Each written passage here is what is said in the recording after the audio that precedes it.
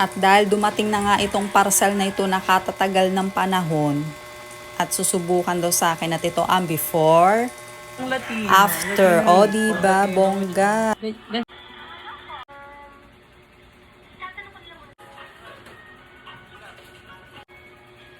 Tingnan mo nga. Hoy, ano ba?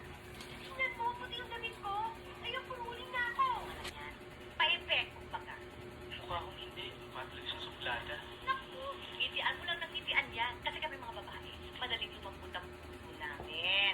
Basta, tingnan ko nga, ngumiti ka nga, ngumiti ka nga. Eh, basta, ito mo, ilan ang oras? Okay naman ang makeup. Ano maganda? Dating na makeup mo.